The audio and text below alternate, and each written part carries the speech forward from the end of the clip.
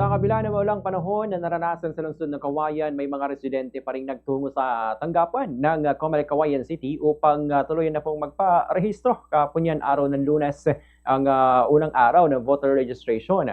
Nakapagtalagad ang Comelec ng 8 individual na nais na magparehistro. Sa panayam ng Bombo Radyo Kawayan kay Leth Badwa, Election Assistant 2 ng Comelec Kawayan City, inaasahan nilang mas marami pa ang dadagsa sa mga susunod na araw. Kabilang sa mga serbisyong hinahanap ng mga mamayan ay ang reactivation ng kanilang rehistro, transfer ng rehistro mula sa isang barangay patungo sa ibang barangay tulad ng mga residente mula sa Barangay San Fermin na lumipat sa Barangay Tagaran.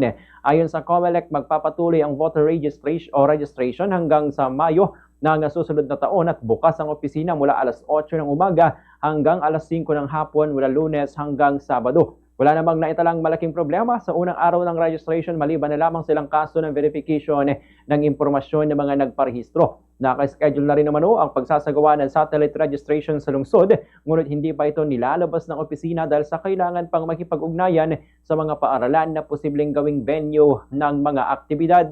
Dagdag pa ng Comelec, maglalabas sila ng mga update kung kailan at saan gaganapin ang mga satellite registration sa kanilang opisyal na social media pages. Ganito ang bahagi ng pahayag ni Election Assistant 2 Leth Badwa ng Comelec Kawayan City.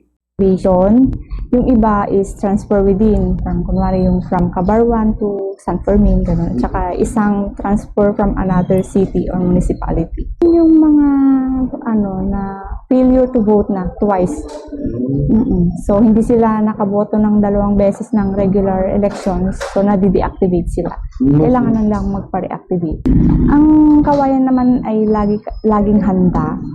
So, ine-expect pa rin namin na may mga darating. Although mahilig tayo sa last hour, hinihikayat namin ang mga gustong magpa-transfer, magpa-register na pumunta na habang maluwag-luwag pa.